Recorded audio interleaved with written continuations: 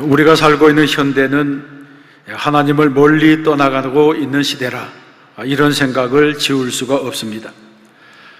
하나님을 떠나서 멀어지게 되는 가장 중요한 이유는 죄 때문인데, 죄는 하나님과 우리 사이를 갈라놓게 됩니다. 태초에 아담이 범죄했을 때 이미 인간과 하나님 사이에는 틈이 벌어져서 아담아 내가 어디 있느냐, 이런 부르시는 소리를 듣게 되었습니다. 태초에 인간에게 죄가 들어온 이래 인간은 끊임없이 하나님으로부터 도망치려고 합니다. 하나님의 간섭을 받지 않으려고 합니다. 미국의 영화 중에 시민 케인이라고 하는 영화가 있습니다. 이 영화는 미국 영화 걸작 100선에도 들어가는 영화로 영화 사상 최고, 영화 사상 최대의 작품이라 이런 호평을 받았습니다. 영화의 내용은 이렇습니다. 엄청난 권력과 돈으로 인생을 마음껏 즐기는 케인이라고 하는 부자의 최후를 신문 기자가 취재하는 형식을 빌어서 묘사한 그런 작품입니다. 케인은 엄청난 돈으로 제나도라고 하는 이름의 자신만의 성을 지었습니다. 이 성을 휘황찬란하게 지어놓고 황금 만능주의자로 살아갔습니다. 그런데 그의 최후는 권력과 부에 대한 과도한 야망 때문에 결국 파멸에 이르고 맙니다. 그는 돈으로 산 모든 것을 잃어버리고 자신이 만든 외로운 성에서 홀로 인생을 마감하게 되었습니다. 그리고 죽으면서 로즈버드라고 하는 한마디를 남겼습니다. 이 로즈버드라고 하는 것은 그가 어린 시절에 가장 아꼈던 썰매의 이름이었습니다. 그는 모든 것을 다 잃어버리고 그리고 뒤늦게 후회하면서 로즈버드의 시절로 돌아가고 싶어 했습니다. 돈으로 인생을 다 살 수 있을 것처럼 살았지만 결국 생명이 다하는 순간 어린 시절의 추억이 담긴, 그리고 가진 것이 없어도 행복했던 로즈버드의 때로 돌아가고 싶어 했던 것입니다. 이 영화의 스토리는 탕자의 비유와도 마찬가지입니다. 탕자 역시 아버지에게서 재산을 갈라 허랑방탕하게 살면서 인생을 즐기다가 결국에는 파산하고 알거지가 되었습니다. 그런데 이 탕자와 케인은 다른 점이 있습니다. 그 다른 점이 무엇이냐 하면, 탕자는 그래도 돌아갈 곳이 있었고 케인은 돌아갈 곳이 없었다고 하는 것입니다. 여러분, 우리의 인생은 궁극적으로 돌아갈 곳이 있어야 됩니다. 돌아갈 곳이 없는 인생은 비참한 인생입니다. 교회의 박사인 어거스틴은 탕자는 조금 배가 고팠을 때는 쥐엄 열매를 찾았다, 그러나 진짜 배가 고플 때는 아버지를 찾았다, 이렇게 말했습니다. 깊은 통찰이 담긴 해석이라고 볼 수 있습니다. 그렇습니다. 탕자는 돌아갈 곳이 있었습니다. 파멸의 순간 위기를 면할 수 있는 마지막 보루가 있었습니다. 그것이 바로 아버지의 집이고 용서가 기다리는 현장이었습니다. 이것이 바로 복음입니다. 호세아서는 거듭해서 돌아가자, 돌아오라, 이런 말씀을 반복하고 있습니다. 이 말씀은 하나님을 떠나서 우상 숭배에 빠진 이스라엘 백성들을 향해서 마치 도망간 고멜을 찾는 호세아의 음성으로 부르시고 찾으시는 것입니다. 그런데 이 호세아의 음성은 이스라엘뿐만이 아니라 하나님을 떠난 모든 사람들을 찾고 있는 자비로운 음성이기도 합니다. 또 이 음성은 우리와 같이 죄 많고 상처 많은 사람들이 들어야 할 소리이기도 합니다. 이 부르심은 한국교회를 부르시고 우리 교회를 부르시는 하나님의 음성이기도 합니다. 돌아오기만 하라고 부르고 계십니다. 그러면 본문을 통해서 우리에게 주시는 교훈은 무엇입니까? 첫 번째로는 우리가 여호와께로 돌아가자고 했습니다. 1절 말씀해 보게 되면 오라 우리가 여호와께로 돌아가자. 여호와께서 우리를 찢으셨으나 도로 낫게 하실 것이요 우리를 치셨으나 싸매어 주실 것임이라고 말씀했습니다. 호세아는 고멜로 비유되는 이스라엘 백성들에게 말하고 있습니다. 하나님을 떠난 사람들에게 말하고 있습니다. 용서와 회복이 필요한 사람들을 향해서 말씀하고 있습니다. 오라 우리가 돌아가자고 하는 것입니다. 여기서 오라고 하는 것은 초청의 말이고 돌아가자고 하는 것은 부탁의 말입니다. 성경에서 말씀하는 오라 돌아가자고 하는 말은 두말할 것도 없이 회개를 의미하고 있습니다. 그런데 이 호세아는 오라 돌아가자 이렇게 말할 때에 돌아가야 할 사람이 우리라고 말합니다.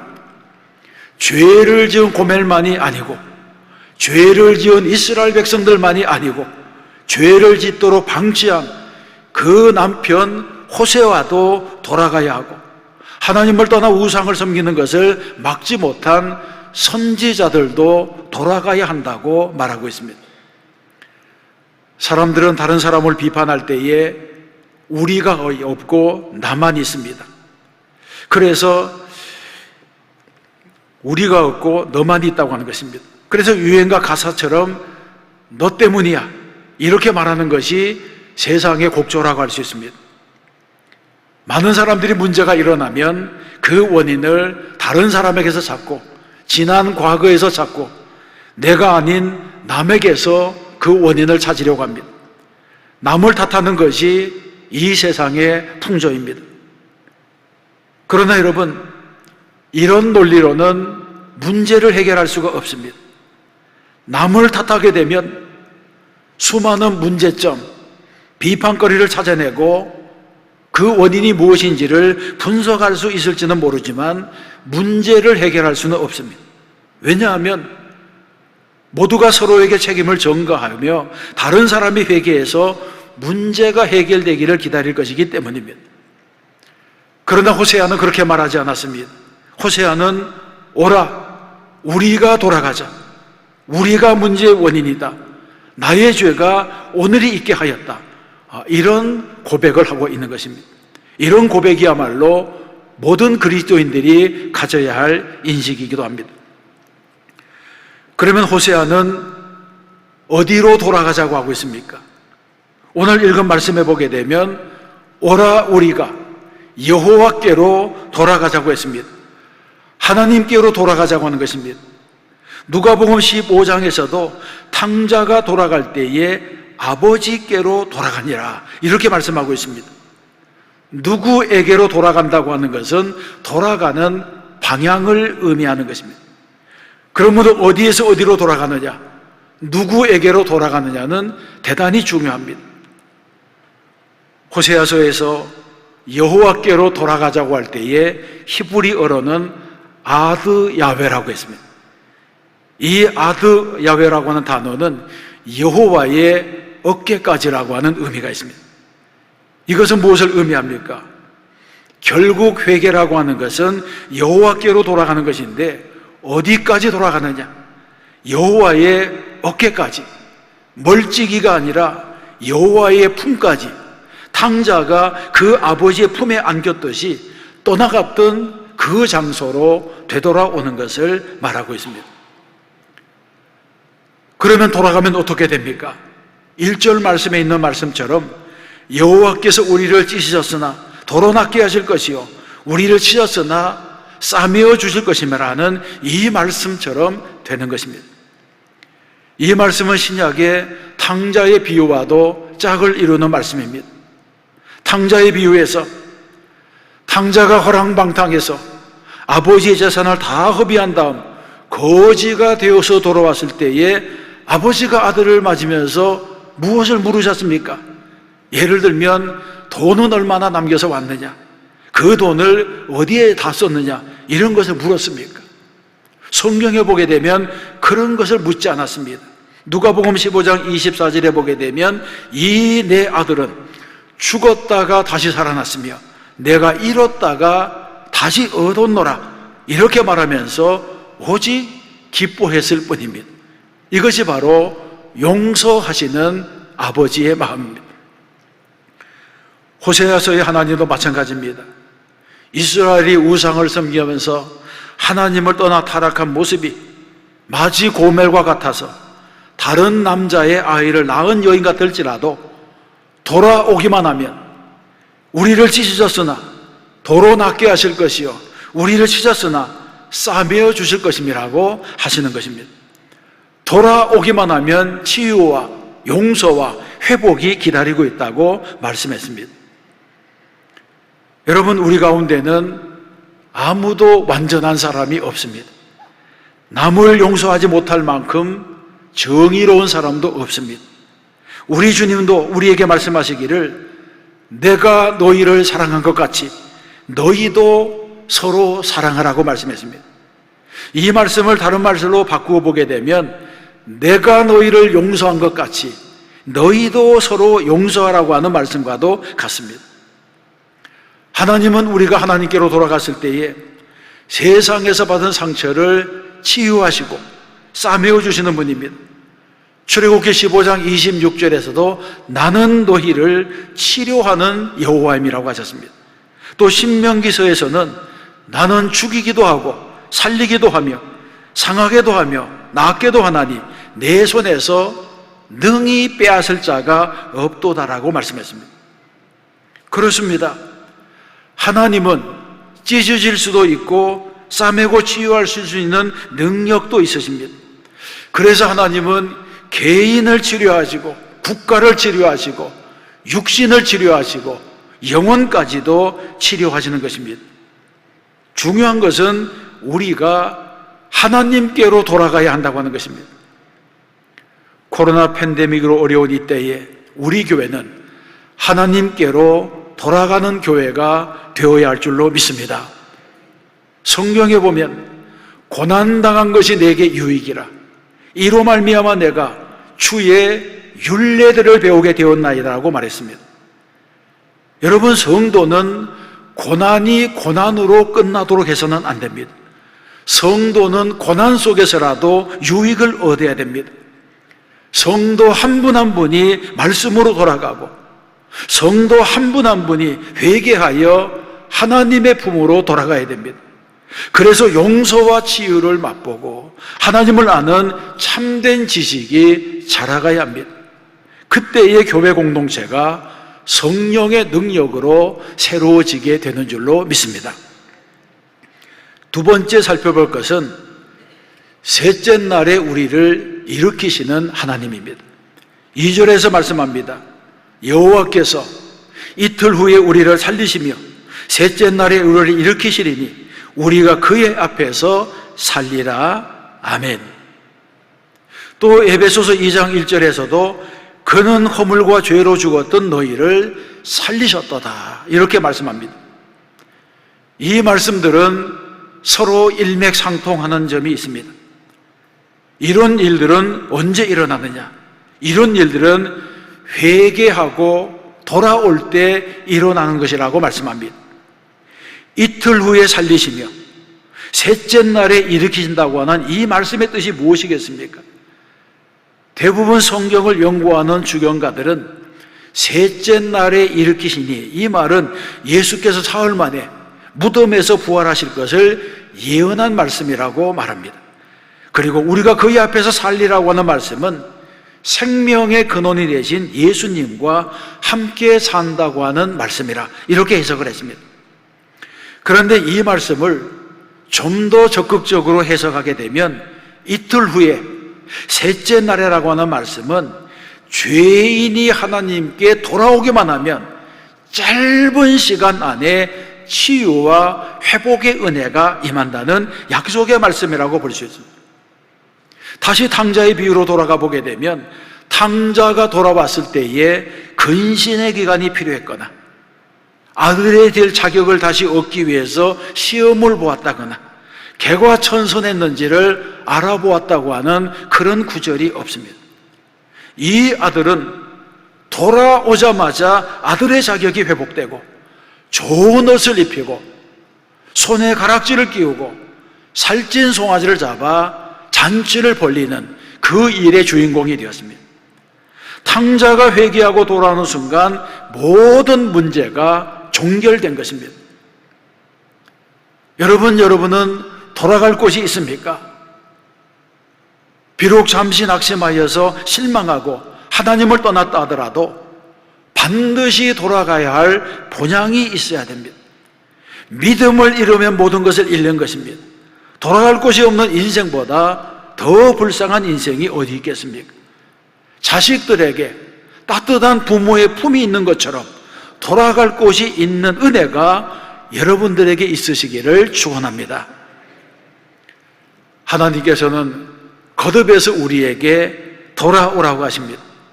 돌아오기만 하면 낫게 하시고 싸매어 주시고 살리시고 일으키시겠다고 했습니다. 그러면 하나님은 우리를 왜 회복시키려고 하시는 것입니까? 그 이유를 2절에서 우리가 그의 앞에서 살리라고 말씀했습니다. 이 말씀처럼 구원받은 성도들이 하나님 앞에서 살게 하시기 위해서 우리를 부르신다고 하는 것입니다. 하나님 앞에서 회복되고 새롭게 살게 된다고 하는 것입니다.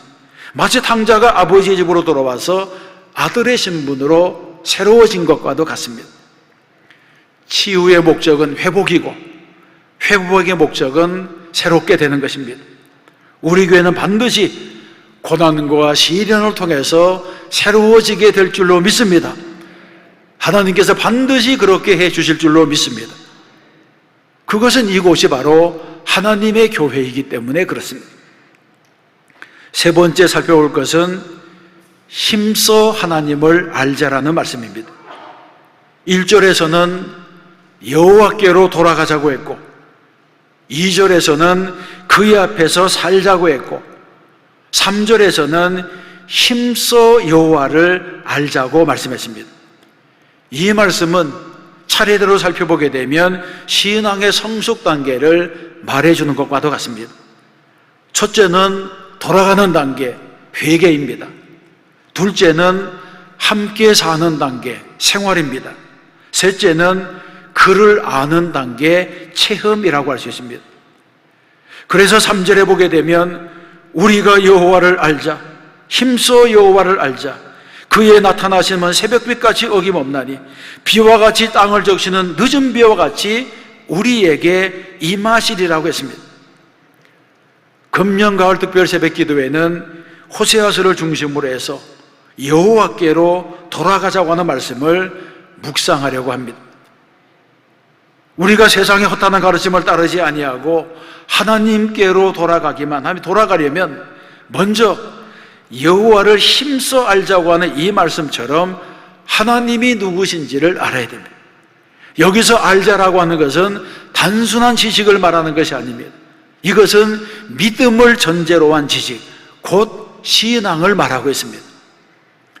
솔로몬의 잠언에서 여호와를 경외하는 것이 지식의 근본이거늘 미련한 자는 지혜와 훈계를 멸시하느니라고 했습니다. 하나님을 바르게 알고 하나님께 바르게 예배하는 것이 올바른 지혜이고 지식입니다. 어떻게 하나님을 알아야 되는 것입니까? 오늘 성경의 말씀처럼 힘써 알아야 됩니다. 힘쓴다고 하는 것은 최선을 다하여 모든 것을 제쳐놓고 다름질하여 뛴다고 하는 그런 뜻이 있습니다.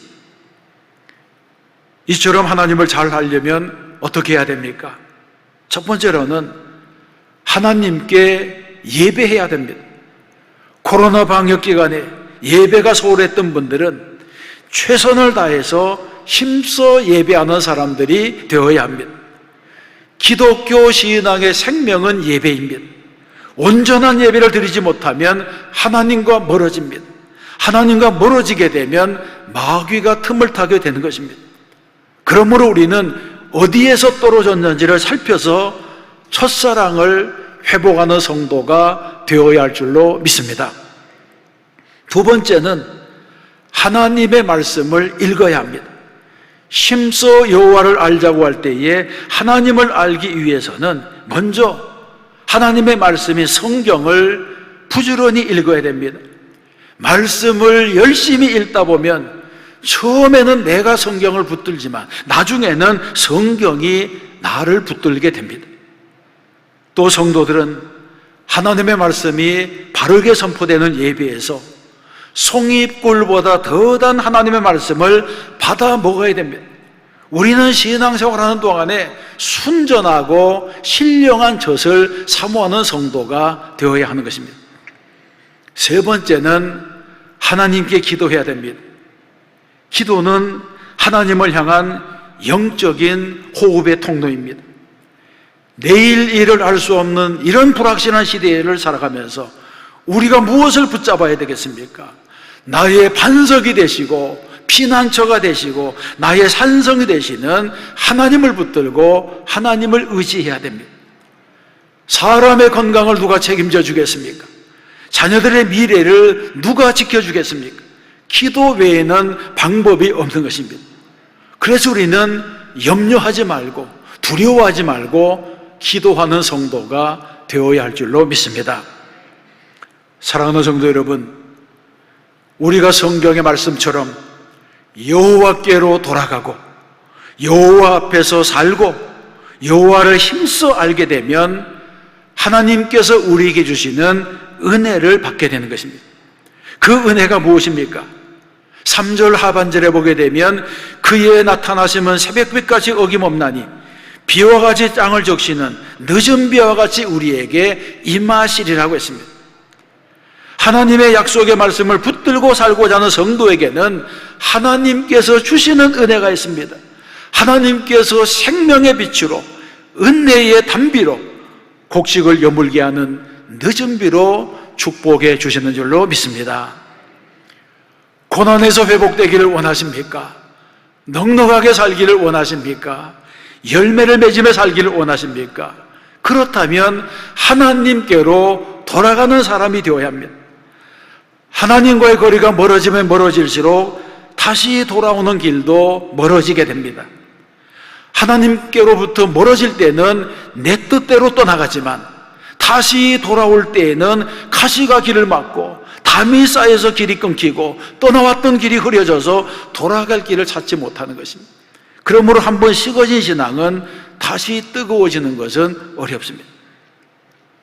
그러므로 성도들은 예배를 회복하고 기도의 문을 열고 다시 말씀에 집중하는 신앙생활을 해야 됩니다.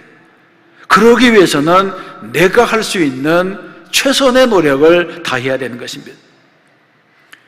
우리는 코로나 팬데믹으로 어려워진 이때에 하나님의 말씀을 굳게 붙들어야 됩니다.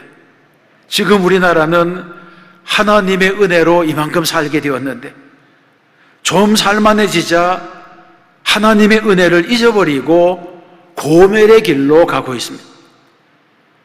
나라가 잘못된 길로 갈 때에 교회가 바른 길을 제시하고 여호와께로 돌아가자 해야 되는데 교회가 오히려 세상의 눈치를 보면서 맹인이 맹인을 인도하는 것처럼 구덩이로 들어가려고 합니다. 짖지 않는 벙어리 개처럼 되고 말았습니다. 여러분, 이 땅에는 선한 목자도 있지만 사꾼 목자도 있습니다. 하나님의 선지자도 있지만 거짓 선지자도 있습니다.